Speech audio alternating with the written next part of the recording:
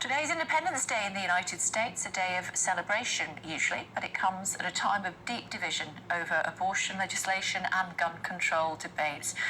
Let's talk about it in more detail. Dr. Shola and Scotty are with us this morning. Hello to you ladies, always great to have you on the show. Let's start with you, Scotty, given that it is Independence Day, 246 years on from the Declaration of Independence. It was once called the Great Experiment. How's that experiment going?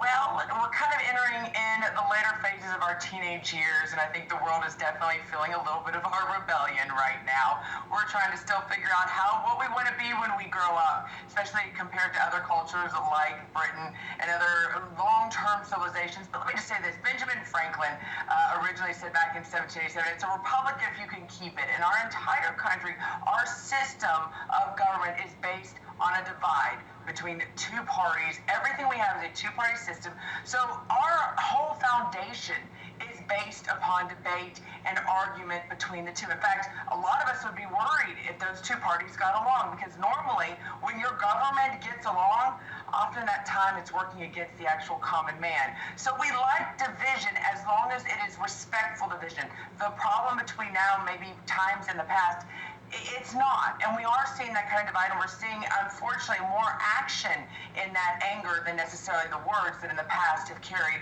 when people don't get along. Dr. Shola. I think that on the face of it, the 4th of July is an opportunity for Americans to put aside their differences and bask in the greatness that is America. But scratch that surface and you will find that America does not have the substance to evidence any modicum of greatness. It is a land where democracy is still a social experiment, as evidenced by the January 6th insurrection. It's a land of the free that became the land where it's free to kill. It's a land that of rights that only caters to the whites. It's a land where guns have more rights than human lives, a land that women are still controlled and subjugated, a land polarized politically, socially, culturally, economically, and divided by race, faith, gender, healthcare, to name a few. There is a promise to America that is savaged by the hypocrisy of America, and nobody can deny that. So as far as I see it, what America has 246 years later on is military power. But military power is not greatness. Russia has military power, and we don't call it great, do we?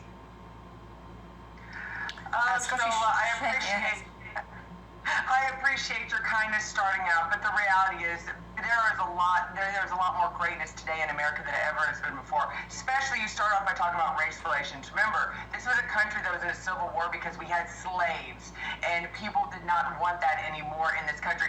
Something that we were just like every other nation around that time period. So there is a lot more rights when it comes to gun rights. When it comes to life, liberty, pursuit of happiness, we have definitely continued to grow and be better today than we have ever been in our history. The problem is we are a country that are founded on freedom.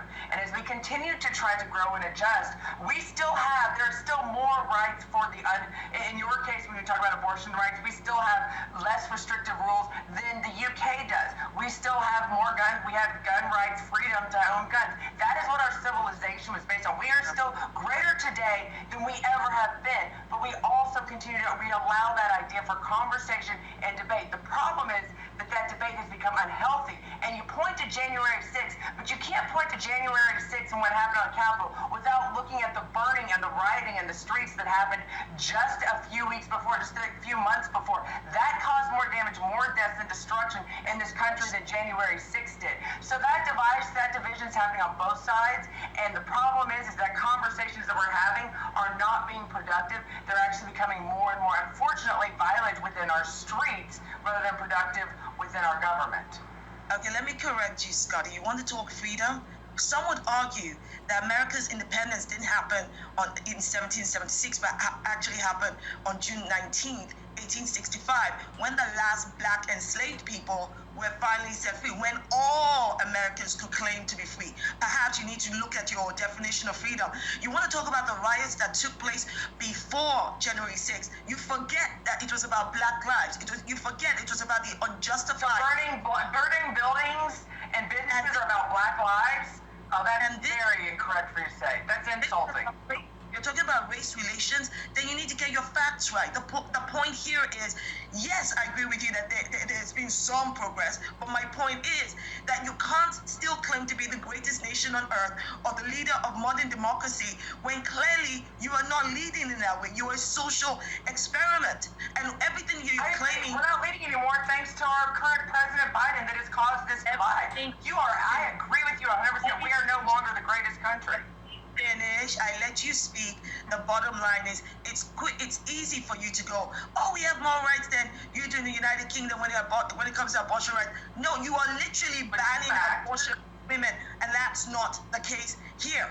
Yes, we need to have abortion rights as a protected human right, and we need to sort that out. But please, you're comparing apples and, I don't know, oranges. And the point here is we're talking about America's independence. We're talking about the freedom that is meant to be, claimed by America that not all Americans can claim. And the fact that America's greatest asset, which is its multinational, multicultural population, is exactly what America is rejecting. The way it treats immigrants, forgetting that the power and wealth of America was built on the backs of Black people, on the backs of Latina, on the backs of those who are not white. The fact that you are not even celebrating that, recognizing that, that is dramatic. Scotty. With all due respect, this is still the number one country in the world for immigrants. We still take more immigrants than any other nation around the world, which means that we also have to figure out how to merge all of those cultures together so they can grow underneath the umbrella of being America, something that most countries don't have to deal with. And we've dealt with this now for decades. So we're writing the book when it comes to dealing with multiple cultures and immigrants and trying to bring them all together. Yes, absolutely, we respect those cultures, but in the end, we want to make sure that they are Americans because we are the ultimate melting pot of the world. That being said, I do believe that there are going to be growing pains, but once again, let's not put this divisiveness on the backs of the people. Let's put this on the backs of our politicians and our government. That actually they're the only ones who benefit from divisiveness within the United States. Hence why when it comes to places that they could have real solutions for, they don't want. Our politicians in America, and I believe this is also in multiple countries, probably in the UK as well, they don't want to see solutions to these problems. They like the divisiveness because they're the ones that ultimately profit off of it. They're the ones that gain power on it by keeping a divided nation on multiple issues, because when they have the chance to find a solution that is best for the country, time and time again, they refuse. And that falls on both party lines. Yeah, guess what, Scotty? Would you believe I agree with you on that point?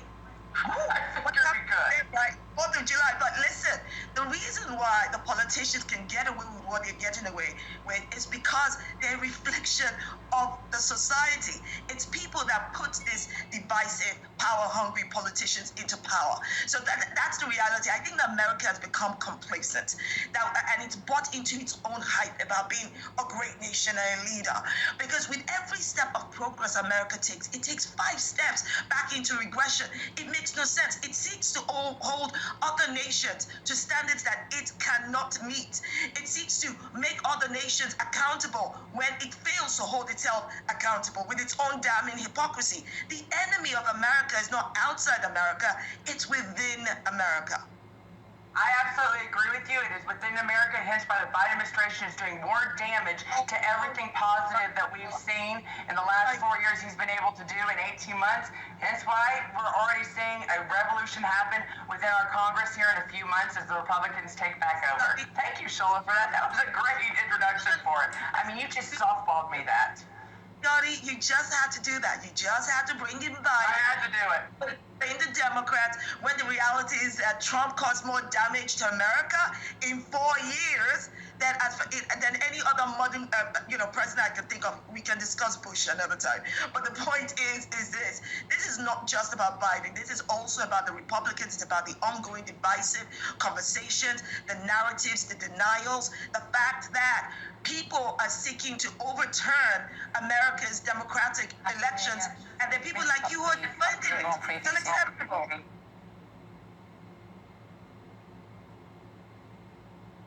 I don't know, Kate, did you say something? I did, but I didn't realise my microphone was in because I was just too fascinated listening to you two, and I was talking about what was coming up next. Do go on. Sorry, Scotty. Well, and like I said, it's about divisive. There's a reason why there's only been two parties that have been able to really exist for the majority of America's existence, Republican and Democrats. It's because they can get along. But ultimately, when it comes down to, as Shola just pointed out, to take 5 steps back, according to her, that means that we were still at least advanced 5 steps. I do believe that America is still an amazing country that has made great strides in several issues. And one thing that is different from us, from other cultures, is the fact that we base everything on the ability of freedom. And freedom to speak, freedom to protest, freedom to address your grievances with the government. With that freedom, however, as we have seen society and culture continue to take back steps in how they treat each other, you're also seeing it, unfortunately, when it comes to political discourse. And that's the reflection of it, where before, unfortunately, there was always been violence when it comes to trying to make changes in our government. In this case, it's getting more and more, instead of fighting against the government, they're fighting against each other, which unfortunately doesn't help the situation. You cannot talk about freedom when you're denying people freedom, and I'm not saying you. What people were denying freedom? Please tell me what people were denying freedom. I'm sorry, we just gave as an example the abortion rights for women. We talked about the fact the treatment of we're giving the baby the freedom, the chance to live. See, that once again, this is the discourse. We're giving freedom to live. What's wrong with that? We are talking about the denial of life and liberty to Black people, to African Americans, which happens every single day. When have we denied a Black person anything right now? In this present modern day, when have African Americans? How can African Americans still be fighting for the right to live as Americans, the right to be respected? Give me specifics. That is such a gaslighting talking point that you use. That is the experience. Because right now, everybody has the case. Everybody has the opportunity. There is nobody that has said you can't do anything because you're the color of your skin in America today. Find me that case. That is such a lie, Scotty. The lived experiences of African American, whether it's what do you mean specific? Scotty, let her finish, please. Scotty, let her finish the point. Go on, Doctor. Brutality. We're talking about the treatment in unemployment, in employment, in the workplace, in schools, the opportunities afforded to African Americans. I mean, I'm saying, what kind of crazy question is that? What do you mean, or point to specifically when everybody is talking about this was part of the core issue for the global Black Lives Matter movement about issues facing Black Americans and issues facing Black people around the world. So how can you sit there and act like that does not happen in America every single day? African Americans are given an opportunity for education across the board. There's nobody been denied based on the color of their skins, and the law supporting that position. Ladies, I think you've both had a very good go at making your points today, and we've had a pretty long discussion. It's always fascinating to listen to both of you, but sadly we are out of time. Thank you for joining us on the programme this morning. Thank you.